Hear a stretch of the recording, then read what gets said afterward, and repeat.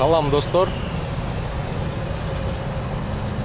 Менин Кыргызстандагы мекендештерим, дүйнөнүн ар кайсы бурчундагы мекендештериме Американын Арканзас деген штатынан чоң салам жолдойм. Көчө күнү биз Жоржия штатында болчубуз. Бүгүн Арканзас штатына келдик. Америкада күн абдан катуу ысып атат. 40 болуп атат, 40-тан да ашып атат. Эшикке чыкканга невозможно болуп атат да. Анан мен үйгө жеткенде ушу жуманын акырында бир жакшынакай бир 2 видео тартып YouTube каналга жүктөйүн деген ой бар болчу. Анан азыр кетип баратып эс алуучу жайга кирип, анан бир экстренный видео тартайын деп чечимге келдим. Мунун себебин азыр сиздерге түшүндүрүп берем. Биздин YouTube каналынын ачылганына бир жумадан кийин 5 ай болот. Ошондон бери акырындан өсүп келатабыз. Бүгүн карасам 1200 подписчикке жакындап калыптырбыз катталуучуга. Анан ошол канал ачылгандан бери ар кандай өстүк. Bir günde 5 kattalıcı kattalat, bir günde 3 kattalıcımız kattalat mekendeşibiz. Bir günde hiç kim kattalbaydı, 2 günde hiç kim kattalbaydı. Anan bugün karasam 2 gündün içinde 70'ten aşık mekendeşibiz bizdin kanalga kattalıp özünün jakşınakay oyloorун aytıp bizdin kanalga ак жол калып атышат. Мен ушул жаңы кошулган 70'ten ашыгыраак мекендешиме абдан чоң ыраазычылык билгизем. Чоң рахмат айтам. Жакшынакай калоо тилектерди жазып турсуңуздар. Анан канал ачылгандан бери биринчи күндөн бери коштоп жүргөн мекендештеримдин баарына абдан чоң ыраазымын. Жакшынакай калоо тилектерди айтып кетмекмин. Баарыңыздар аман болуңуздар, астыга койгон иштериңиздер аткарылсын. Жаркын жашоодо жашайлы, Кыргызстаныбыз өнүгүп өссүн. Андан кийин Казакстан өлкөсүндө жашаган биздин боордоштордун жакшынакай жазган каалоо тилектери да бар. Аларга дагы жакшынакай маанай, ден соолук, иштерине ийгилик каалап кетмекчимин. Анан биз 3-4 күн мурун YouTube каналынан тышкары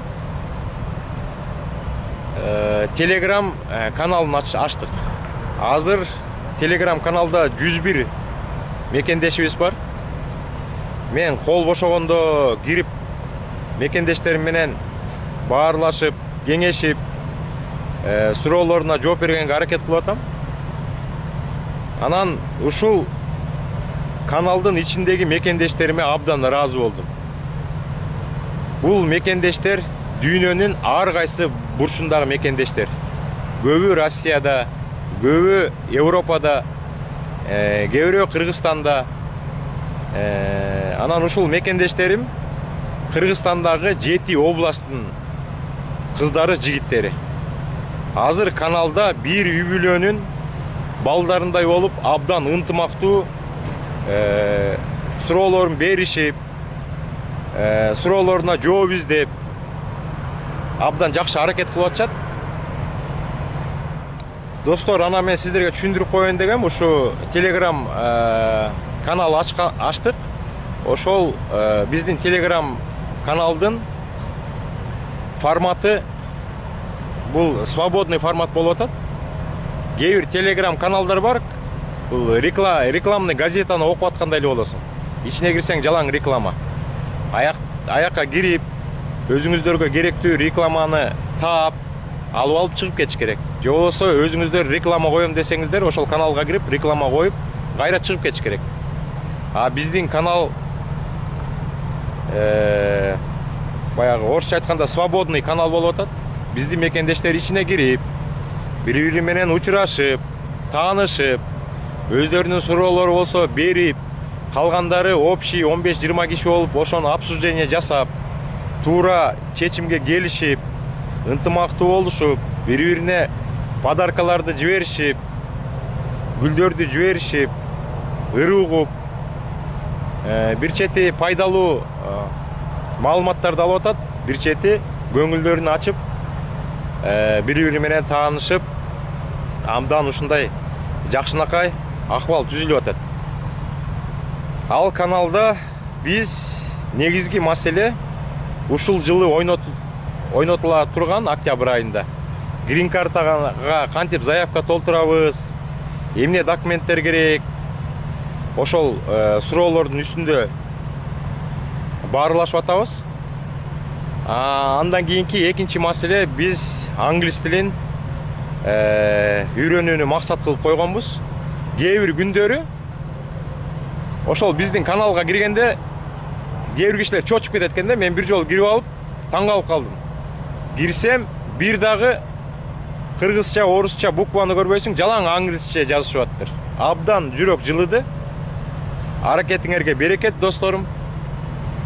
Анан мен ошол каналды биздин жакшынакай мекенибиз Кыргызстанга окшотуп койдум да. Кыргызстан болгону кичинекей мамлекет. Алакандай болгон мамлекет. Болгону 6 миллион киши жашайбыз. Тоо десе тоосу бар, көл десе көлү бар, жайлоо десе жайлоосу бар, байлык десе байлыгы бар, суу десе суусу бар. Кичинекей чакан мамлекет.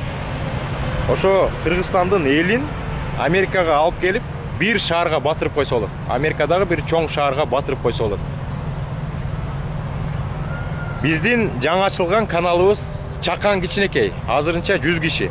Ошол каналдын ичинде Кыргызстандагы 7 областтын кыз жигиттери ынтымактуу кеңешип, чечип, маселелерин чечип, көңүл ачып, бири-бирине жакшынакай суроолорун берип, жооп берип, ынтымактуу болуп атабыз да. Көрсө болот экен да. Чакан кичинекей Кыргызстаныбыздын ичиндеги 7 областтагы элдер ынтымактуу болсо болот экен. Мен ошого көзүм жетти ушу каналдан кийин.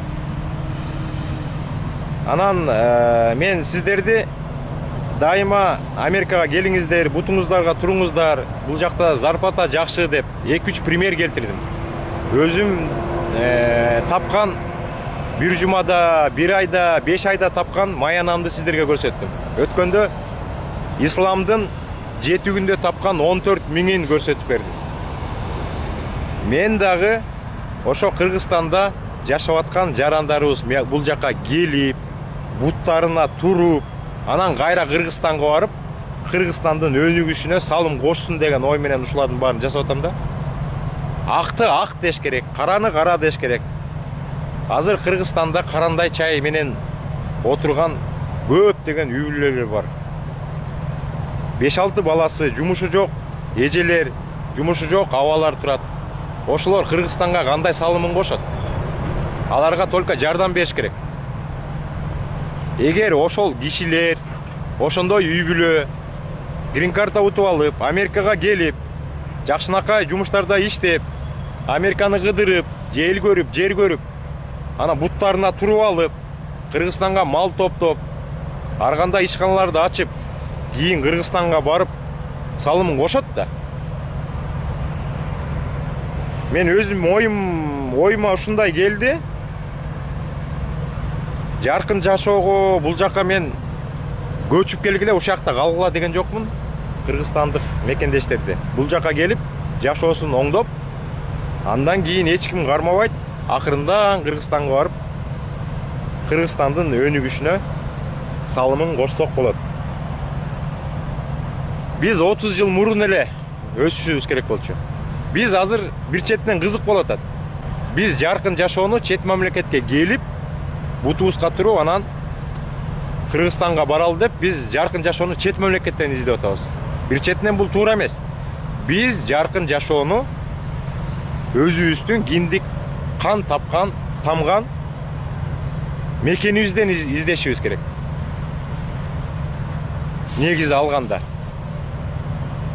Азырынча мекенибиз жаш болуп, өлкөбүз жаш болуп, экономикасы кичине ылдыйраак болуп, завод, фабрикалар аз болуп, жада калса жок болуп, ситуация ушундай болуп турат.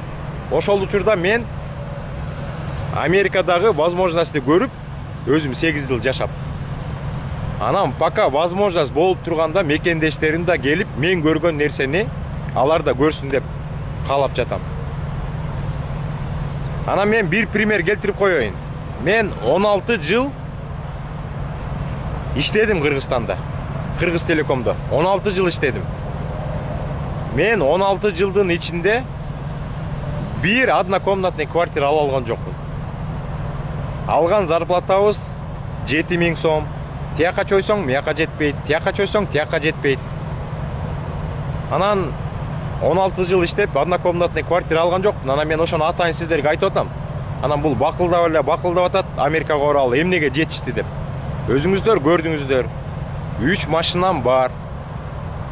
Трагым өзүмдүкү, трейлерим өзүмдүкү. Анан Кыргызстандан мен 3 квартира алып койдум. Макул, мен 8 жыл жашайм, 2 жылын алып салалы. Мен жөнөкөй иштерде иштедим. А тракта мен 6 жыл иштеп атам. Ошо 6 жылдын ичинде мен Кыргызстандан 3 квартира алып, капремонтун жасап бүтүп, азыр мебель киргизип атам. Андан тышкары мен Кыргызстандан 3 участок алдым. Бирөөсү Караколдо, экөөсү Бишкекте. Ошол жака дагы акырындан даярданып үй салайын деп атам. Мына сиздерге мотивация берип атам. Ачык эле бүт баарын айтып. Америкада тапкан биздин маянабыз, биздин акчабыз бул арам эмес, адал. Биз эртеден кечке жанталашып иштеп, ушундай результаттарга жетип атабыз. Анан биз жеткен результатка биздин жакшынакай мекендештерибиз келип жетсе жаманбы? Ошон үчүн достор, мен буга чейин Американы чагылдырып, сиздер менен тааныштырып, видеолорду тартып келгем. Дагы мындан ары дагы улап тарта берем. Сиздерге колдон келген жардамды бергенге аянбайм.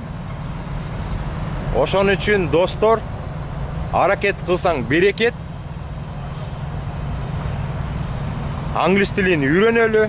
Англис тил жөнүндө бир эки сөз айтып коеюн. Англис тил үйрөнүш бул Америкага келүүнүн гана максаты болбош керек. Эгер сиздер аракет кылып англис тилин үйрөнсөңүздөр, бул англис тили сиздердин балдарыңыздарга да жардам берет. Анан кийин небереңиздерге жардам берет. Англис тил бул дүйнөгө эшикти ачат. Бул жаман нерсе эмес го? Эгер сиздер англис тилди жакшы билсеңиздер, балдарыңыздарга үйрөтсөңүздөр. Балдарыңыздар англис тилди жакшы билсе, Европага барып окуса, Америкага келип окуса, Японияга барып окуса, дүйнөнү кыдырып, жакшынакай окуу жайын бүтүп алып, анан ушундай жакшынакай образование менен барып Кыргызстанды оңдоого салым кошо алат да. Биздин президент айтпадыбы, өзү айтпадыбы? Дагы 10 жыл күтөлү, балдар өнүп өссүн. Анан ошолор биздин мамлекетти астыга сүйрөсүн, оңдосун деп. Буга чейин канча президент алмашты? 30 жылдын ичинде канча президент алмашты? Кандай история менен geçti? Ошолордун бирөөсү алтын тамга менен жазылдыбы? Азыркы президентибиз жакшынакай сөздөрүн берди элге. Эл колдоду. Эми Садыр Нуркожоевичтин колунда. Чечим өзүнүн колунда. Эгер өзүнүн берген сөздөрүн аткарса, тарыхта алтын тамгалар менен жазылып калат. Эгер аткарбаса, башка президенттер эмне болду көрбөдүкпү? Ошондой ситуация болот да. Ошон үчүн мен жүрөгүмөн ишенем азыркы президентке. Ошондой достор. Азыркы президентибиз Садыр Нуркожоевичти колдон келсе убакыт берип колдойлу. Биздин элдерге жакшынакай сөздөрүн берди. Эми ошол сөздөрү кандай аткарылат, убакыт көрсөтөт. Мен дагы биздин президент менен, Садыр Нуркожоевич менен бир жолу түптөн кезигип бир мүнөтчө сүйлөшүп жүрмүн. Менин областной директорум Кыргыз Телекомдун. Мени түпкө представление апарган ошондочу. Мени түпкө директор кылып представление кылып апарганда ошо Телеком жанынан биз экөөбүз кетип баратсак, генеральный директор менен. Ошондо Садыр Нуркожоевичке кезигиптирбиз. Достор, ошондо сөздүн ачыгы. Мамлекетибиз Кудай буйрса бутуна турат, өркүндөйт. Эгерде биздин мамлекетте Кыргызстаныбызда чоң заводдор ачылып, фабрикалар ачылып, жумуш орундары толтура болсо, жакшынакай зарплата берсе, ким турат могу чет мамлекетте? Россияда ким турат? Бүт мекендештерибиздин баары мекенибизге кайтышат ошол замат. Азыр мага Кыргызстанга кел, жумуш бар. Жумасына $7.000, bir ayda 20.000, 20.000'den ашык табасың десе мен эртеси күнү эле кеткенге даярмын. Андай пока возможность жок. Пока Америкага келип, бутубузга туруп, анан ушул мекендештердин баарыбыз барып, Кыргызстандын өсүшүнө салымыбызды баарыбыз кошсок болот. Достор, ошондой биз азыр кичине тамак ичип алып, уктап эртең жолго чыгабыз. Жуманын акырында үйгө барам. Ошондо жакшынакай 1-2 видео чыгарганга аракет кылабыз. Баарыңыздарга аманчылык, тынччылык, аман болуңуздар. Каналга жазылып, оюңар менен бөлүшүп туруңуздар. Дагы өсөбүз, өркүндөйбүз. Бирок кичине жайыраак жазылсаңыздар, ато биз койгон пландан эртерээк миллионго жетип калышыбыз мүмкүн. Баарыңыздарга чоң салам.